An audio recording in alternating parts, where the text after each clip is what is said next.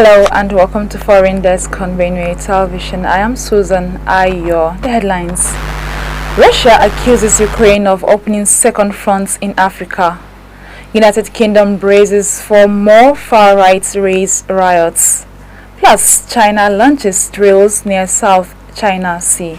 And the news in details. Russia has accused Ukraine of opening a second front in the war between them in Africa after Mali and Niger broke off diplomatic relations with Kyiv, accusing it of supporting terrorist group. The claim by Moscow followed an announcement from Niger's military government that it was cut ties with Ukraine. Several states in West Africa have recently ditched long-standing ties with the West, turning to Russia.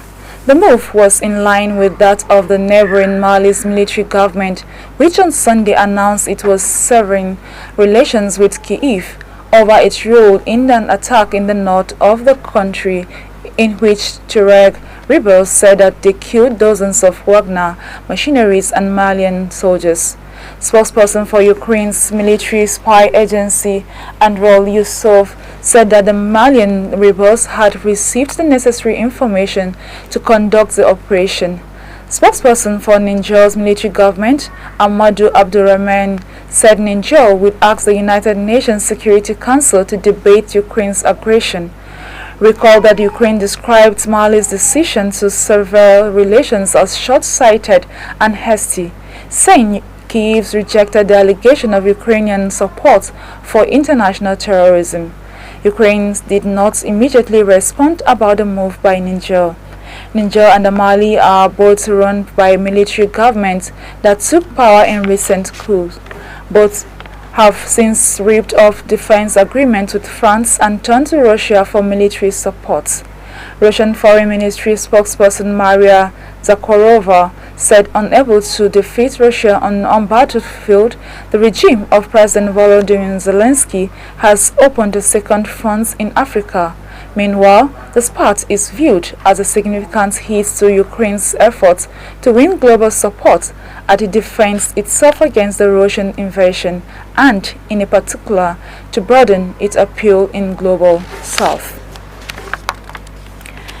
Thousands of people have left their homes in Russia's Kursk region after Russian defense officials said around 300 Ukrainian troops crossed into the border province, fighting to reportedly ongoing in the area.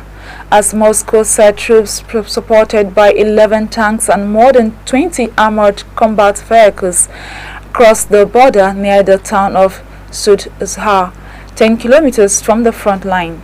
It was followed by the Ukrainian air attack which killed 3 civilians.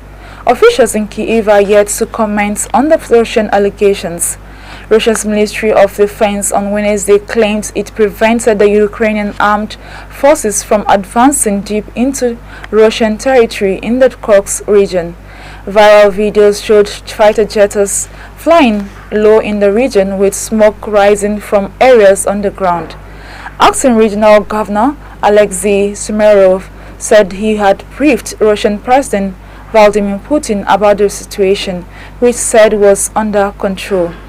Sumerov stated that several thousand people had been evacuated from areas of the region that were under attack, adding that doctors from Moscow and St.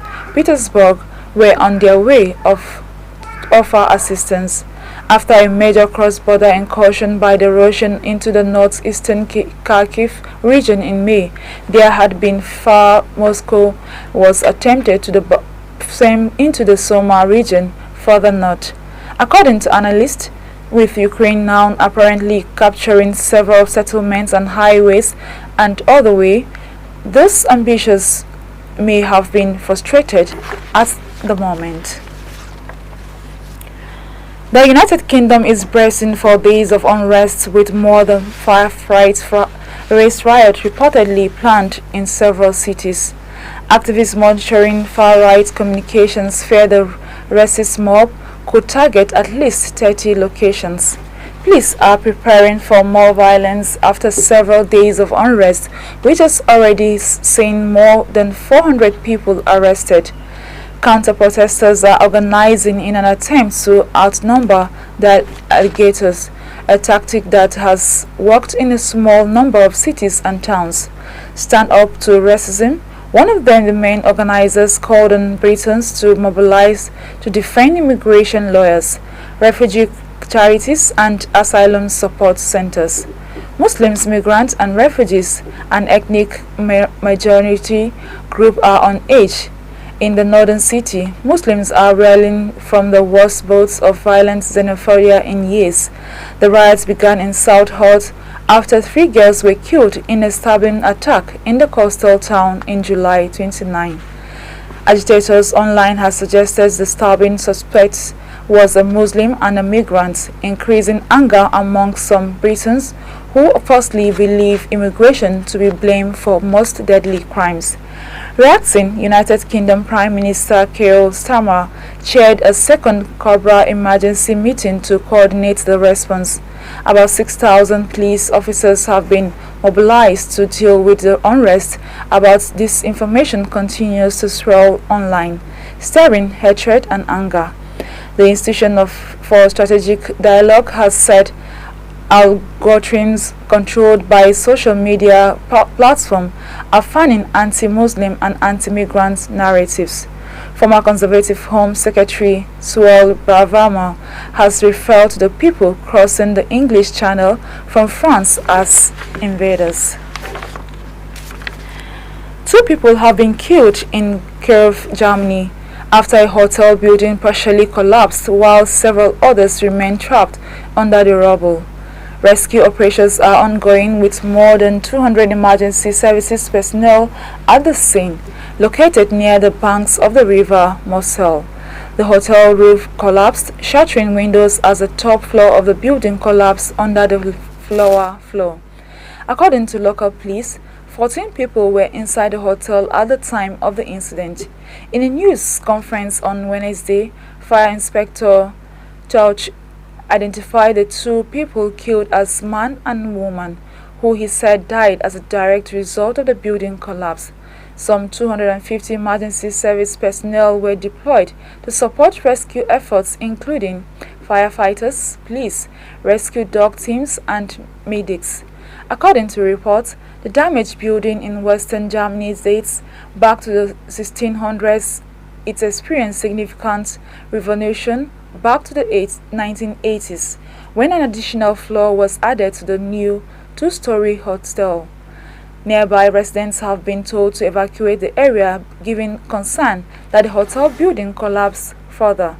The Moselle Valley is a popular tourist destination, famed for its vineyard and picturesque old towns.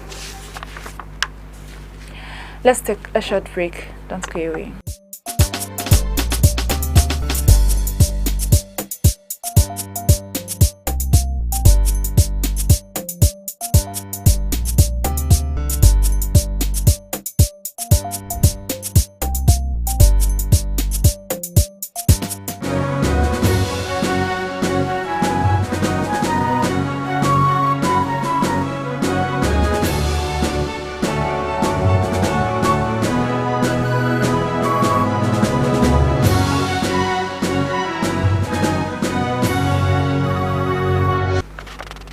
Glad to have you back on Countrywide. United States Secretary of Defense Lloyd Austin has defended his decision to revoke plea deals agreed between prosecutors and 3 men accused of plotting the September 11, 2001 attacks. Speaking publicly for the first time about his decision, Austin said it wasn't a decision taken lightly, and he did so to honor the scale of the loss that occurred that day.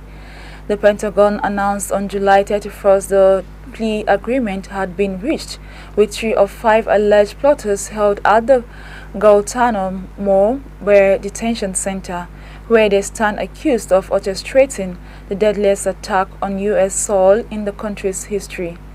Nearly 3,000 people were killed that day as hijacked passengers plane struck targets in New York City and Washington, D.C. Our forts crashed into the field as passengers tackled the hijackers.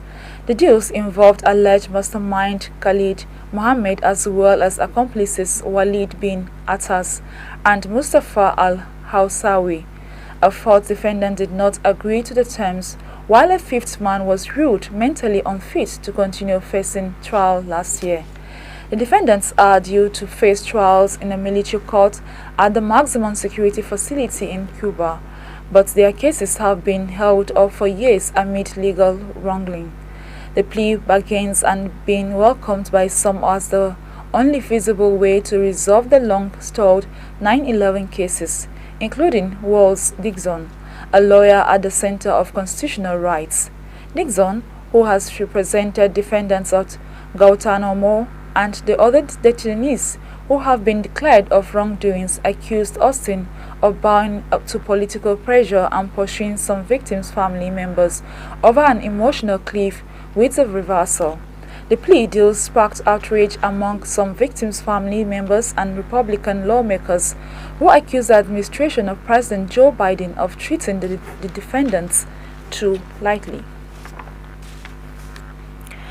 China's military has launched drills near a territory in the South China Sea over which contests sovereignty with the Philippines. The Southern Theater Command said on Wednesday that it had carried out air and sea combat patrols near the Hainan Island, the Chinese name for the Scarborough Shoal, to test strike capabilities. The exercises appear to be the response to same-day military maneuvers by the United States, Australia, Canada, and the Philippines. Beijing said that the Chinese maneuvers tested the reconnaissance and early warning capabilities of its troops. It noted that all military activities that disrupt the South China Sea, create hotspots, and undermine regional peace and stability are all being controlled in a large extent. In a joint statement, a military chief from the US, Australia, Canada, and Philippines said they stand together to address common maritime challenges and underscore shared dedication to upholding international law and the rule-based order. They said the two-day exercises were being held to uphold unhindered passages in the Asia-Pacific region. Beijing and Manila have been locked in the tense standoff in recent months, as China continues to press claims to almost all the entire South China Sea, despite an international tribunal ruling that its assertion has no legal basis. Confrontations have also been focused around a warship grounded for years by Manila on the contested Second Thomas Shoal. In addition to China and the Philippines, Vietnam, Malaysia, Brunei, and Taiwan have been locked into separate but increasingly tense territorial dispute in the waterway, which is regarded as a potential flashpoint and a delicate fault line in US-China regional rivalry. Bangladesh Nobel laureate Muhammad Yunus will head the country's interim government after former Prime Minister Sheikh Hasina stepped down and fled the country amid a mass uprising against her rule led mostly by students. The announcement on Wednesday came from the press secretary of President Mohammed Shobabuddin, Jonal Abdin. Abdin also said that other members of the Yunus-led government would be decided soon after the discussion with political parties and other stakeholders. The leaders of the student protests, the chief of the country's 3 division of the military, and civil society members, as well as some business leaders, held a meeting with the president for more than 5 hours on Tuesday to decide on the head of the interim administration. The student had earlier pronounced Yunus, saying the 83-year-old microfinance pioneer had agreed. Following the decision, student leaders left the presidential office house satisfied and welcoming the decision. Yunus is a well-known critic and a political opponent of former Prime Minister Hasina, calling her resignation the country's second liberation day. An economist and banker by profession, Yunus was awarded the Nobel Prize in 2006 for pioneering the use of microcredit to help impoverished people, particularly women. He ran into trouble with Hasina in 2008 when her administration launched a series of investigations into him. During the investigation, Hasina accused Yunus of using force and other means to recover loans from poor rural women as the head of Crimea Bank. Yunusu denied the allegations. Thailand's Constitutional Court has ordered the dissolution of the Progressive Move Forward Party (MFP), saying it violated the constitution when it pleaded to amend the country's lese majesté law outlawing criticisms of the royal family. In its unanimous decision, the court in Bangkok also banned the party's executive board, which includes former leader Peter Limjaw Ronat and current chief Chatawat Toronto for 10 years. Peter, who led MFP to victory in the 2023 general election, was popular especially among young and urban voters for his pledge to reform the strict royal defamation law, which rights groups say has been misused to stifle pro-democracy groups. But his bid to become prime minister was blocked by conservative forces in the Senate. The decision forces in the Senate comes 6 months after some court ordered MFP to drop its plans to reform the law on royal insults, ruling it unconstitutional and risks undermining the country's system of governance with the king and head of state. While the ruling is likely to anger millions of young and urban voters who backed the party, its impact is expected to be limited, with only 11 current and former executives banned from political activities for decades. That means 143 of its lawmakers will keep their seats and are expected to reorganize under a new party, as they did in 2020, when its predecessors, the Future Forward Party (FFP), was disbanded for violating election finance laws. According to Mark Corgan, the Associate Professor of Peace and Conflict Studies of Japan's Kanisel Guardian University, whose research focuses on authoritarian regime in Southeast Asia, the protests will be given plenty of space by Prime Minister Srettha Thavisin, who failed to come to Peter's defense and who arguably deserved Thailand's credibility within Thailand's democratic movement when it agreed to the majority government with military and monarchy-aligned parties. You're watching Foreign Desk on Benue Television. Let's take a quick break. Stay with us.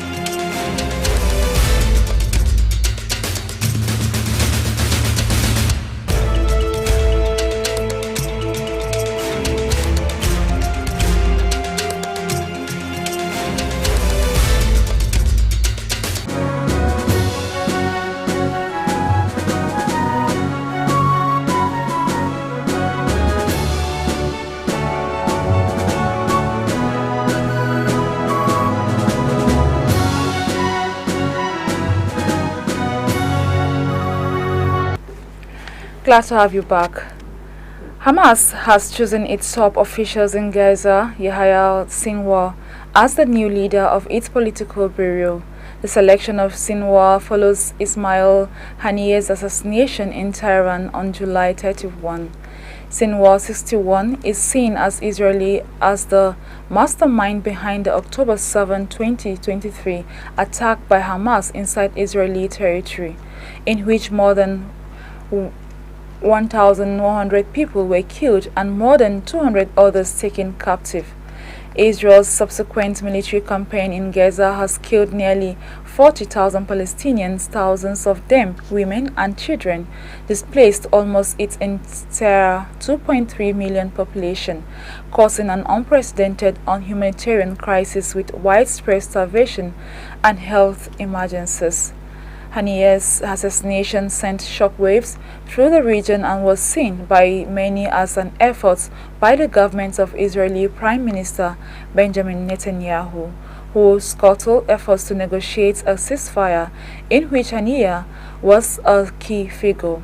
Analysts have said his replacement by Sinwar, who was gone largely unseen since the October 7 attack, was an indicator of the central place that Gaza occupies in the group's political vision.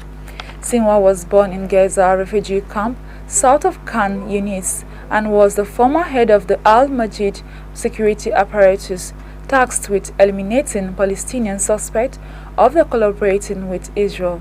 He became the leader of Hamas in the Gaza Strip in 2017 and is one of the several Hamas leaders for whom the International Criminal Court (ICC) sought an arrest warrant over the allegations of war crimes committed on October 7, 2023. Hezbollah welcomed the Sinwar's appointment late, calling it a strong message to Israel and the United States and showing that Hamas is united in its decision-making.